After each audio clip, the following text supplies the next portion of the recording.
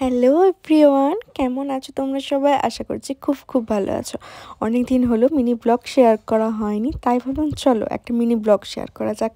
তো আজকে hotel message করতে যাচ্ছিলাম, তো সেই ভিডিওটি তোমার সাথে শেয়ার করলাম। তো এখন আমি রাস্তাতে যাচ্ছি, আর যার কাছে আমি হোটেল ম্যাসেজ করি সেই বৌদি পার্লার আজকে খোলেনি, যেহেতু সেই জন্য তার বাড়িতেই করবে আমার মানে কাজটা। তো তার বাড়িতেই যাচ্ছি, তো চলো ভিডিওটা দেখতে থাকো। আমাকে ও রাস্তায় নামিয়ে দিয়েছিল মেন রাস্তা থেকে, তো সেখান থেকে আমি হেঁটে হেঁটে টুকটুক করে যাচ্ছিলাম ওদের বাড়ি। তো সেখানে কোনো ভিডিও ক্লিপস নিইনি, সোজা বাড়িতে এসে দেখালাম। দেখো পুরো তেল চপচপ করছে মাথায়। আর তোমাদের সবাইকেই বলবো হোটেল ম্যাসাজ তোমরা করিও, হেয়ারের জন্য ভীষণই ভালো।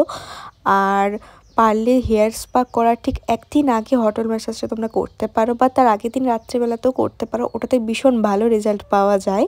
তো তোমরাও ট্রাই করে দেখতে পারো, আমিও করি তাই তোমাদের সাথে শেয়ার করলাম। আর আমি আজকে হোটেল ম্যাসাজটা করলাম আর আজকেই শ্যাম্পু করে নেব।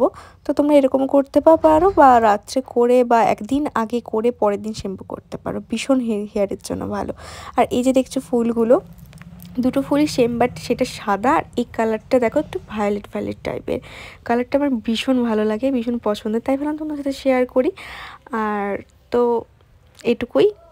কেমন লাগলো ভিডিওটা অবশ্যই কমেন্টে জানিও।